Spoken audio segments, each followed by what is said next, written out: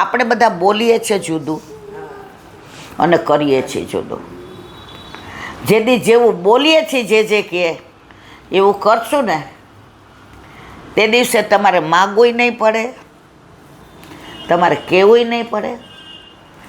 પ્રભુ તમને એને ખબર તમને શું ગમે છે, તમારું ગમતું કરશે. બીજી એક સરસ વાત કરી. ઠાકોરજીએ દુનિયા બનાવીને દુનિયા ત્યારે 3 વસ્તુનું ખાસ ધ્યાન રાખ્યું.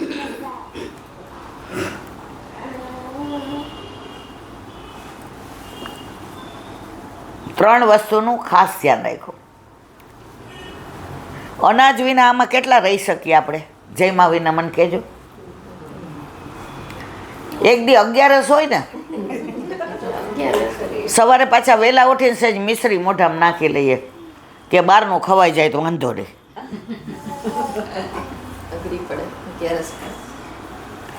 ફરાળ કરીને અઘરી પડે છે. એમાં પાછા અમારા જેવાને પિત્ત થઈ જાય.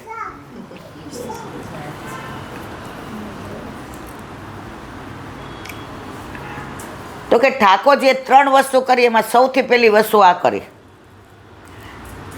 કે અનાજ બનાવ્યું ને એમાં વધુ સમય રહે ને તો જીવડા પડી જાય. આજે ઘઉં છે, ચોખા 5 વર્ષ કોઈ રાખે, આમાં તમે રાખો, અમે જ ન રાખીએ. ધનેડા પડી જાય, કાં ભૂકો થઈ જાય. હમણાં અમારા ખેતરમાં ઓર્ગેનિક ઘઉં સરસ છે, એટલે આપણે બધા લોભ્યા ને પાછા કે આવતા વખતે આવા થાય કે ન થાય. એટલે મેં આમને કીધું ડબલ 2 સ્થાનમાં, તને ખબર ના પડે. ઘઉં 1-1.5 વર્ષથી સારા ના રહે, પછી એમાં ભૂક્કો થવા માંડે. તો ઠાકોરજી કહે કે જો ઘઉં ને ચોખા એટલા આપણા જીવનમાં અમૂલ્ય છે, જો મેં અંદર જીવડા પાડવાનું ન રાખ્યું હોત તો લોકો હીરા મોતીની જેમ કોઠીઓ ભરી ભરીને રાખત. આજે બહુ આનંદ આવ્યો. એટલે સમજીને જીવડા નાખ્યા. પછી બીજું કીધું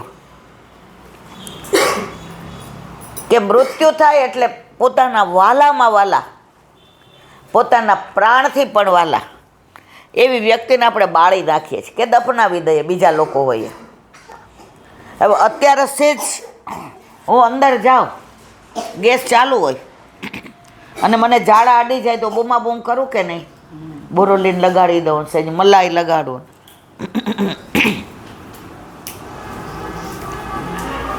તો આપણે પ્રિય વ્યક્તિને બાળી નાખીએ છીએ. કેમ? ગમે છે આપણને બાળવી. તો એનું વિવરણ કર્યું કે જેવું માણસ લીલામાં પહોંચી જાય ને, આત્મા જતો રહે, કલાક થાય ને એટલે દુર્ગંધ મારવા માંડે. એટલે ઘરના ને બહારના શું કે જલ્દી કરો, વાસ આવી જશે. એટલે પ્રભુએ જીવમાં દુર્ગંધ મૂકી દીધી કે તમારી ઈચ્છા હોય કે ન હોય એને બાળવું જ પડે. અને ત્રીજું, સમયને પોતાના હાથમાં રાખ્યો છે. અત્યારે આપણે અહીં બધા બેઠા છીએ, સત્સંગ કરીએ છીએ. હવે જેટલા કાલે નથી આવ્યા, આજે નથી આવ્યા, એટલા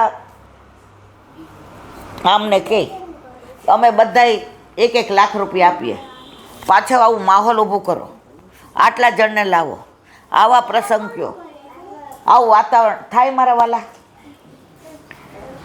સમય એકવાર જતો રહે છે ને પછી તમારા હાથમાં નથી આવતો. તો જે કે આ 3 વસ્તુ ઠાકોરજીએ પોતાના હાથમાં રાખી છે અને એ આપણા હિતમાં રાખે છે. 1 મિનિટ. અને હજી એક સરસ વાત કીધી હતી.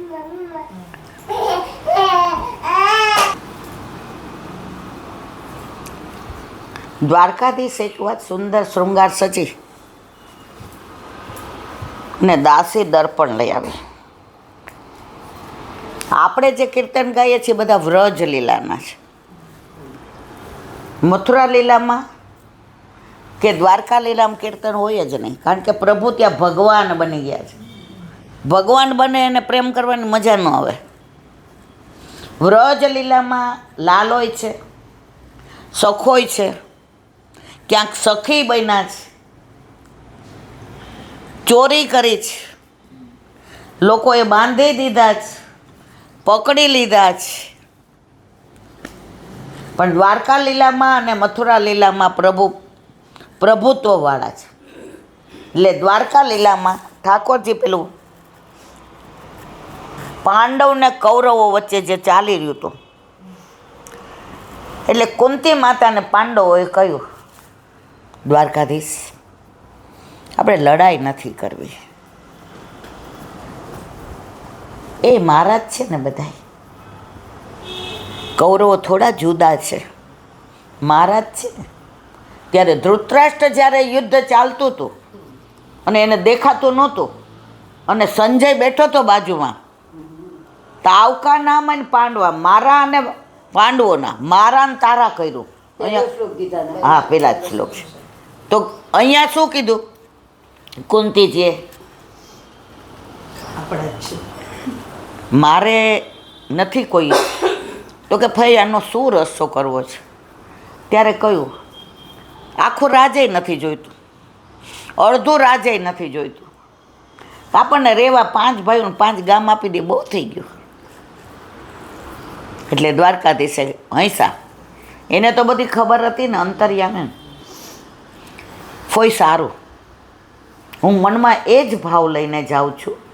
હસ્તિનાપુર ક્યાં જતા હતા? દુર્યોધન પાસે સંધિ માટે, બધાય જાણો છો, પણ આની જે આ વાત છે ને એ મેં આજે જાણી.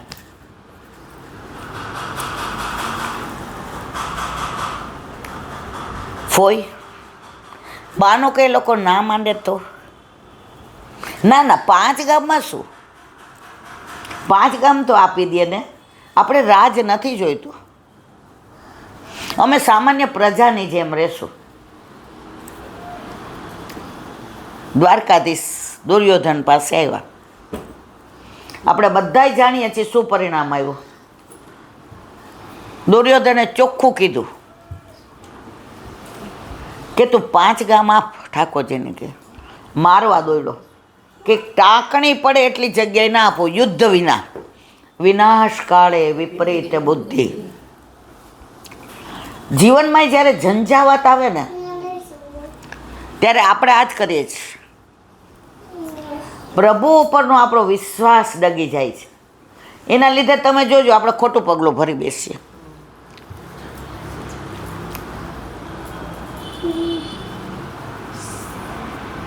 ત્યારે દ્વારકાધીશને મારવા દોડ્યો કોણ? દુર્યોધન. અને ત્યારે એનું વિરાટ સ્વરૂપ બતાવ્યું. અર્જુનને જે કુરુક્ષેત્રમાં બતાવ્યું હતું, ઠાકોરજી સમજી ગયા. 56 ભોગ તૈયાર હતા. અહીંયા પ્રસાદ લઈને હવે અહીંયા ઊભું ન રહેવાય. અને વિદુરને ત્યાં આવ્યા. ત્યારે એક જણે પ્રશ્ન કર્યો, હવે બધાય સાંભળજો, કે આપણે ખબર હતી કે દુર્યોધન આવો છે, છતાંય કેમ એની પાસે ગયા? એ ના હોત આપની પાસે? જ્યારે ઠાકોરજીએ જવાબ આપ્યો એ આપણા બધા માટે સાંભળવા જેવો. સાંભળ, અંધારા પાસે પ્રકાશ જાય, પ્રકાશ પાસે અંધારું ના આવે. સમજાયું બધાને કે નહીં? 1 મિનિટ. જાય, અંધારા પાસે પ્રકાશ ના આવે. દુર્યોધનને અંધારાની શરૂઆત થઈ ગઈ હતી અને પ્રભુનો પ્રકાશ તો એના દ્વારા જ છે. અને એનું પરિણામ શું આવ્યું આપણે બધાય જાણીએ. આના ઉપરથી જે કહ્યું સાંભળો. આપણે બધા કરોડો જન્મોથી ઠાકોરજીથી વિખૂટા પડેલા છીએ, એટલે આપણા સ્વરૂપને, ઠાકોરજીને આપણે ભૂલી ગયા છે. અને આપણે ભટકીએ શેમાં? અંધારામાં. તો વલ્લભ કે તમે ભલે અંધારામાં ભટકો, હું આખો પ્રકાશ જ તમારા ઘરે પધરાવી દઉં તો આપણા ઘરે ઠાકોરજી પધરાવી દીધા, તો અંધારામાં પ્રકાશ આવ્યો ને. પછી એક જણે પ્રશ્ન કર્યો,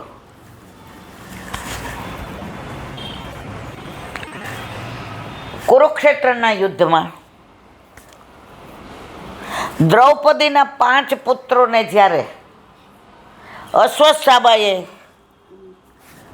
ગળેથી ધડ મૂકીને માથા લઈને ગયા, તો ઉત્તરાના ગર્ભમાં રહેલા પરીક્ષિતને બચાવ્યો,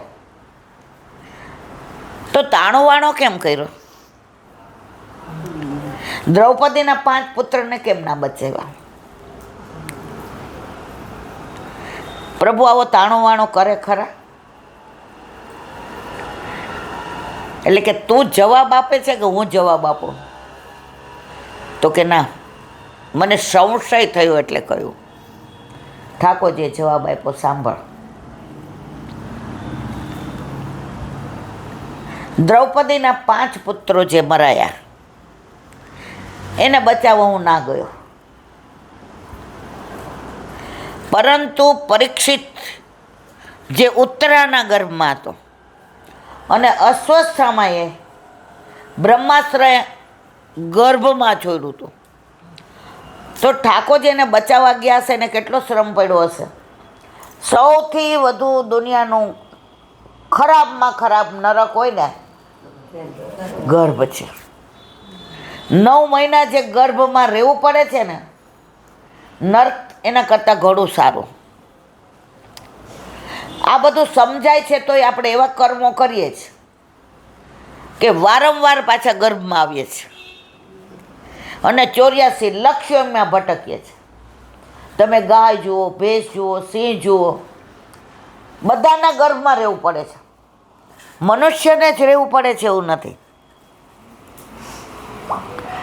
ઠાકોરજી કે મને ઘણો શ્રમ પડ્યો, તારી વાત સાચી, પણ બેને કેમ બચાવ્યો ખબર તને? સતયુગ, ત્રેતાયુગ, દ્વાપરયુગ અને કળયુગ. દ્વાપરયુગ સુધી તો પ્રભુ કે હું બિરાજતો હતો ત્યાં સુધી મને જરાય ચિંતા નહોતી, બધું જ બરાબર થઈ રહ્યું હતું, કશી તકલીફ નહોતી. પણ હવે જ્યારે મારે ભૂતલ છોડીને મારા મૂળ સ્થાને એટલે કે ગૌલોકમાં જવાનું જ, તો પાછળ શું આવશે? કળિયુગ. તો કળિયુગમાં બધા શું કરશે? ક્યાં જશે? તો જે મેં પરીક્ષિતને બચાવ્યો એને ગર્ભમાં ઠાકોરજીએ દર્શન આપ્યા, પરીક્ષિતને ગર્ભમાં આપ્યા. એને મારે ભાગવતનો સારા શ્રોતા બનાવવો હતો. સમજાયું બધાને? પરીક્ષિત ન હોત શ્રોતા, એને શ્રાપ ન લાગ્યો હોત, તો પેલા સામો પ્રશ્ન કર્યો, સુખદેવજીને કેમ આવું ના થયું? આજે બહુ સરસ બધી છણાવટ, બહુ મજા આવી, સરસ જવાબ આપ્યો. સુખદેવજી 16 વર્ષ ગર્ભમાં રહ્યા અને આણે ભાગવતને સાંભળ્યું, અને સુખદેવજીએ પાર્વતીજીને જ્યારે શંકર ભગવાન ભાગવતની ઠાકોરજીની લીલા સંભળાવતા હતા ત્યારે જોકા આવી ગયા, અને ત્યારે ઓલું પોપટનું બચ્ચું ઈંડું પડ્યું હતું અને એમાંથી સૂક થયો બચ્ચું, અને એણે કથાની અંદર એણે જોયું, આ પ્રભુ આટલા સરસ, એની લીલા આવી, એનું વ્રજ આવું, એના યમુનાજી આવા, એના ગિરિરાજજી, એના વ્રજ ભક્તો, એનું વન, ઉપવન, કુંજ, નિકુંજ, સરોવર, ગિરિકંદરા, યમુના પુલીન. આહા, હવે જો હું હરિહરિ નહીં બોલું તો આ કથા બંધ થઈ જશે.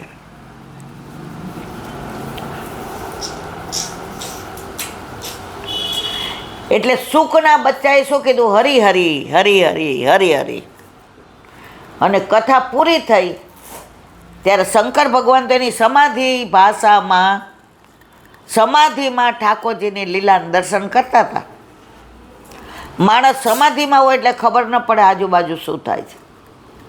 એટલે પાર્વતીજીને કહ્યું હતું હરી હરી બોલો તો મને ખબર પડે કે તમે સાંભળો છો. હવે પાર્વતીજીના બદલે કોણ બોલ્યું? આ પોપટ સુખ હરી હરી. અને આંખ ખોલી, અરે તે કથા સાંભળી મારા પ્રભુની. અહીંયા કોઈ પશુ પક્ષી નહોતા. મેં કીડી મકોડા નથી રહેવા દીધા, કારણ એની પાત્રતા નથી.